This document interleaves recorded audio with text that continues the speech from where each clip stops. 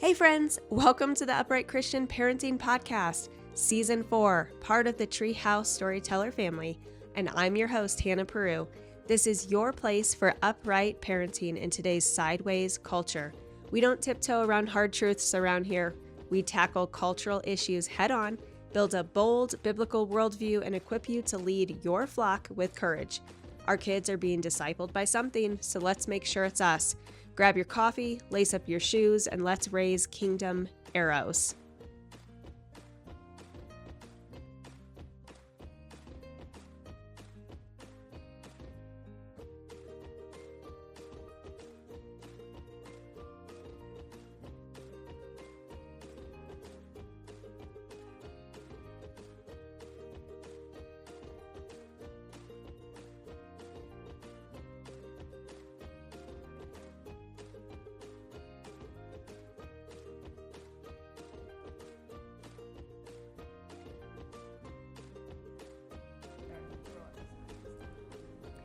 Welcome to Upright Christian Parenting. We are hitting it off, running on the first morning at National Religious Broadcasters here in Nashville, Tennessee.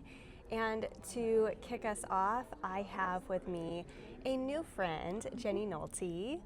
Thank you so much for being here today. Well, thank you for having me. I'm excited to get to know you more this week, and Yes. I think we're going to be stuck to the hip a little bit, and I'm excited to see that. I am too. And to learn more about what you do and just be encouraged by you and encourage you, hopefully. And Thank you. Yeah. Yeah. So this is a parenting podcast. Okay. And so I love talking to parents. I love equipping them. I love exposing cultural issues and pushing those hot topic buttons and just really kind of like peeling that envelope back and seeing what we can do to raise our kids upright Oh, wonderful. in today's crazy sideways culture. Yes. Right? And I think you know a little bit about that. I think so. So Jenny is with Washington Policy Institute, and there's a lot of things I want to talk to you about today. I want to talk about that, kind of your history, how you got there, and then also where we're going. And we're celebrating our 250th Yes. year as a nation, and I want to talk about that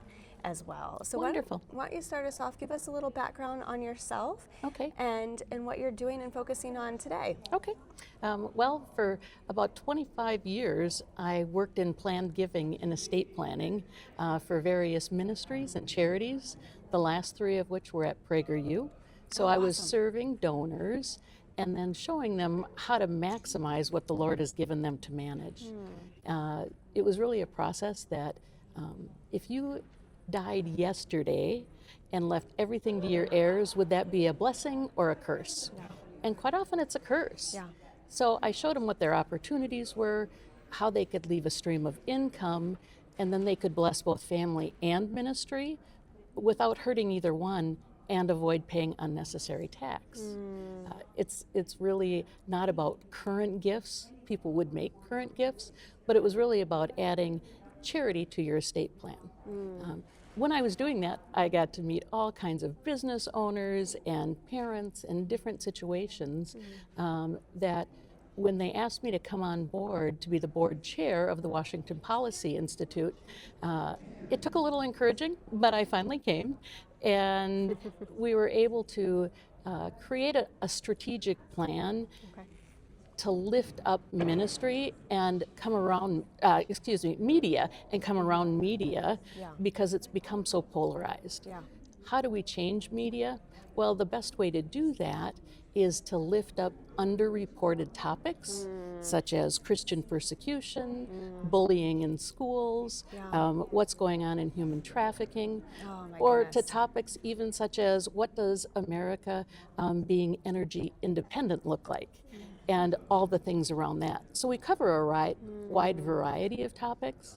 But when we do that, and let's pick on bullying in schools, for example. Sure. We know it's a problem, but we don't know what to do about it. And so our job is to create an event, invite in all kinds of, quite often they're ministry and charity partners, lift them up, show what they have to offer, talk about what's going on, what can be done, and provide resources to the parents and the schools. When we do that, We invite the media in as well. And it's not about one specific media covering it, it's about all of it, because media is being recreated right now. Yeah. Yeah. And so we want to create a whole momentum to really lift this up, and we have to sometimes make people a little uncomfortable. They didn't know the bullying was going on, but then we want to provide resources and comfort that they have someplace to go as well. And there's some that have been out there working on this for years and years and years, but they really need the structure to come around them and lift them up with others as well. So that's our job, is to really create that whole ecosystem and become a resource. That's incredible. I love, especially when you started out talking about the, working with the estates, working with kind of the legacy. I see this strong, really correlation. Things that we talk about a lot on the podcast is legacy. Right. And, parents don't always. Sometimes we just think about like the here and now and what is the crucial problem right now. But we have to always look long term. And I see biblically, especially in the Old Testament, we're told to, continue those stories. And I see that as, our job is to make sure that not only our children know and have those treasures to hold on to, but kingdom treasures as well. Absolutely. And I love that legacy piece of it. I love the heart behind that. It's wonderful. There's so many things you can do too. We talk about setting up a charitable trust when you die to give your kids a stream of income. Well, you can provide what's called a Christian preamble or a statement of faith. So if you set a charitable trust up to pay your children for 20 years, after you pass, the checks come out quarterly, you can give them a statement of faith 80 times. Wow. So if they've maybe walked away from the church or your faith, now you're going to be able to witness once you're gone, you've gone home, and that might just be the source of comfort and reassurance that they need at the right time. Wow. So it's really thoughtful planning and teaching your children how to give at the same time. That's incredible. I love that. I'm a daughter of a financial planner, so perfect. I love that so much. Yeah. Very awesome. Very cool. So let's move back into the education piece. What are some other issues that you're seeing from these kids? Because I know that one of the things you do, which we haven't touched on yet, and I would love for you to explain it further, but one of the things you do is you equip our youth and our young adults to write pieces of truth, to know how to document what's really going on in the world and how to expose some of the troubling issues that we have today. And so what does that look like, and what are some of the themes or the things that you're seeing other than bullying as kind of some of those big problems? Right. We forgot how to debate in our country. And if we could bring that back to our schools, it would be incredible. Yep. Because in debate, you would pick a topic and you'd have to get to know all sides of the topic. Exactly. And then when it was given to you, you found out whether you were pro or con, and most kids can't do that. Yeah. If they don't agree with what you're saying right now, they just shut you down and they're not willing to listen. And it's not just kids, it's adults, it's society in general. Yeah.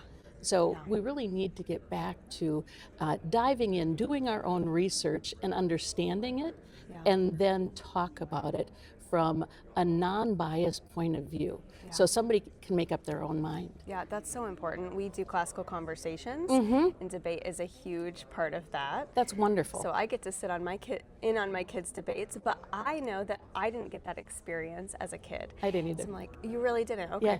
So I don't know when that fell off the wagon, but clearly too long ago, right? Right. And so I love seeing that and exposing them to those ideas, and they do exactly what you say. They have to see both sides and be able to debate both sides. Right. They might not agree, but they've got to be able to prove the points on both sides. And I think half the time, especially my generation, when we're having those hard conversations, people don't know the why behind some of the things they believe. That's right. And it's so important to get rooted enough to dig those concepts out and to really know, like, this is the heart of why I believe that. And especially for us as Christians, to know the why. Exactly. I think that's part of the reason PragerU is so successful. Oh, yeah. They've got the 5-minute videos. They just kind of tell you the facts. They lay it out simply, and they don't get you all excited. You can make up your own mind. And that's really what starts turning some of the people there. It's like, well, I guess that is a good point of view. So they're onto a great model. That's awesome. That's awesome. Before we jump back into today's conversation, we want to take a moment to thank the partners who help make this podcast possible. One of those partners is College of the Ozarks, an institution committed to Christ-centered education, hard work, and developing leaders of character. Take a listen to this special message from College of the Ozarks. From our very first days, America has been driven by the idea that hard work could lead us to the life we always envisioned. And today, honoring that legacy, College of the Ozarks does more than just provide an education. We're reawakening the American spirit. You know, when I thought about college, I knew that I wanted to do something that I was ambitious. C of O opened my eyes to the opportunities that were out there for me. Our model of providing a Christian liberal arts education to those facing economic hardship hasn't wavered since 1906. Our students graduate debt-free through our work education program. They learn how to live a life guided by their faith. And as they begin their careers, they've learned how to take their seat at the table of influence and open the door of opportunity for others. Being an assistant principal has allowed me to pour into kids the way that people have poured into me and open up doors and opportunities to things that they didn't know were possible. We're reawakening the American spirit in the next generation. Will you join us?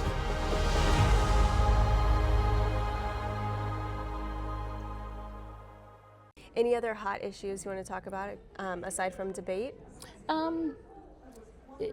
I think debate's really the big one, and thinking for themselves. Yeah, I think critical screen thinking. time is a big issue. Yeah, huge. Because we don't realize how our children are being bullied, even on screen time, or being indoctrinated as well. Sure. We think we see it, but until we really sit down and watch, we don't realize everything that's going on. Yeah, that's so good. Let's talk about America 250 and the contest that you have. Can you tell us about that? Yeah, we have a essay contest, a scholarship contest that we have 4 different categories where you can see it through their eyes, and you can be pretty creative with how you want to write your scholarship essay. The winners will be published in the Washington Times. There's other organizations that are willing to publish it as well, but the Washington Times was kind of our founding sponsor for this, so we always lift them up.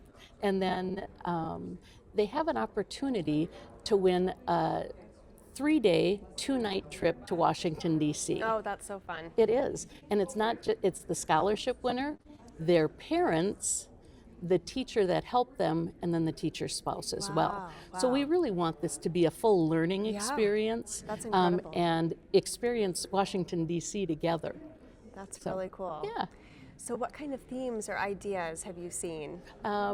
We've had several write it from former presidents' perspectives. Okay. Just how they see it and how they really wish that they could have been stronger in what they said. We had somebody that wrote it from the man across the street, his perspective, who never had children, and how he impacted them as well.